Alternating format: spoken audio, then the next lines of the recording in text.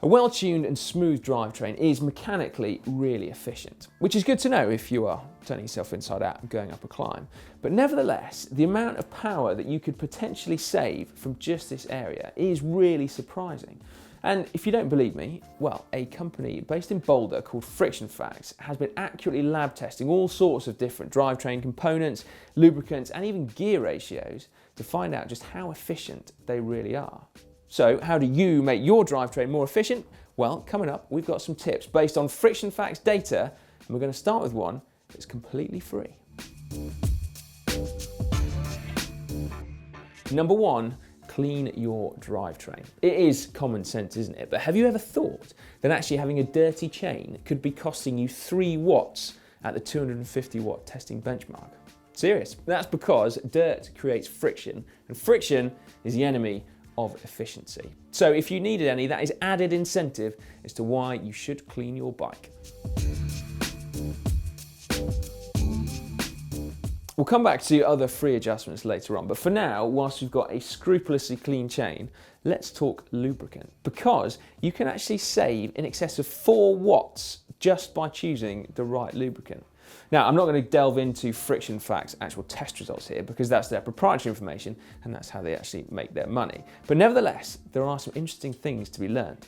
Firstly, dry lube actually on the whole generates more friction than wet lubricant, although that is in a laboratory environment and not after a long ride, where you might expect dry lube to actually attract less dirt than a wet lubricant.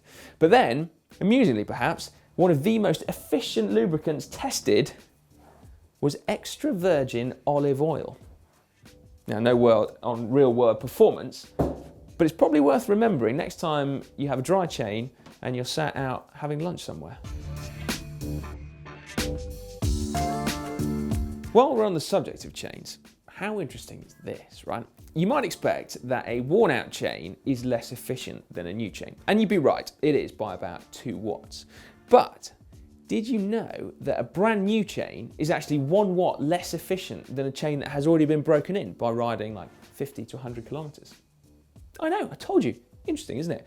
Now, the lesson from that is that you should always replace your chain when it gets worn out, but you should never race or do an important event on a brand new chain.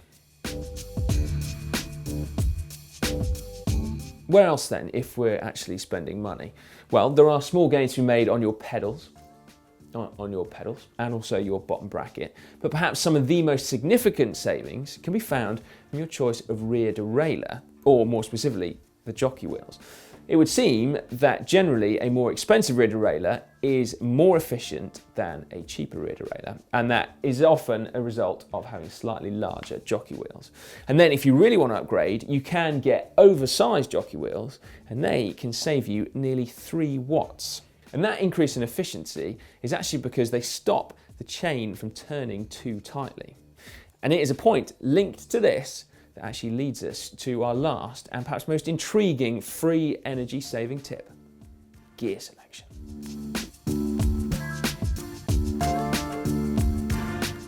That's right, one gear choice could be up to 3 watts less efficient than another one. Partly due to the alignment of the chain, and then partly, like we've just said, about how tightly the chain needs to turn. So effectively, the cog sizes. First of all, for those of you that are appalled by cross-chaining, here is the data to back you up. You do indeed lose drivetrain efficiency from cross-chaining, between 1.5 and 2 watts. And so that is when you run either the small chainring and the smallest cog, or the big chainring and the biggest cog, like I've done here.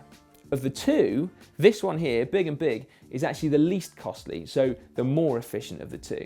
And that, in part, is because the chain line actually isn't that bad, but then also because of those cog sizes. That's right, your big chainring is almost always more efficient than your little chainring. So, how cool is that? Not only do you get to ride around looking good, but you also get to know that it is mechanically more efficient. Now, at what point do you, though, change from your big ring to your little ring? Well, it's when you get to cog number 8 at the back. So that's 4 down from the top or 8 up from the bottom. And when you get to that point, you shift into your little ring and then knock it down 2 sprockets at the back and then use 6 to 11 with your little ring. Now theoretically, I'm afraid to say that does mean that compact chain sets are mechanically less efficient than standard versions with large cassettes on the back. And potentially, if you became really obsessed by it, you may want to consider running 55 42 tooth chain rings and like a 12 to 30 cassette at the back. Like world time trial champion, in fact, Tony Martin, who may well already have known something about this. Does this change anything that I would do though? Well, not really. I think I'm already on record as saying that 3911 is my least favourite gear ratio. Although in fact, I think I hate 3411 even more. And then while I do really like riding in the big ring and 2 and 3 down on the cassette, I am prepared to sacrifice 1 watt in order to keep doing that. And actually on SRAM equipped bikes like this one of Lasties, I'm actually still happy cross-chaining because I can, and they say that I can. Friction Facts, as I said near the beginning, do all of these tests at 250 watts. So if you put out more power or less power, then your savings will be more or less correspondingly. Although the difference is linear and not exponential, so do bear that in mind. Or in fact, actually, don't bear it in mind. It may be that these efficiency savings are of absolutely no interest to you whatsoever. They may have nothing to do with why you like cycling, and that is absolutely fine. But then it is also fine to become slightly obsessional about your equipment. That's cool. It's whatever floats your boat. But whichever way you look at it, if you add up all of these possible drivetrain efficiency savings, then you get to a number that's really quite significant.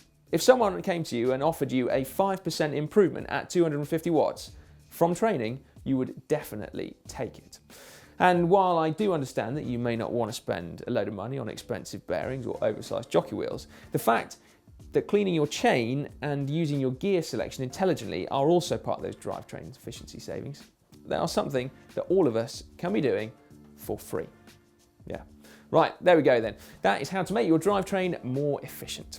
For more videos like this, make sure you subscribe to GCN because that way you're always in the right place, particularly on a Monday when we do these maintenance videos. And if you want more content, then how about knowing how to clean your chain scrupulously? That video is just up there. Or to see how to index your gears, something that will also have a bearing on your drivetrain efficiency, click just over there. Oh, and give a thumbs up for drivetrain efficiency savings.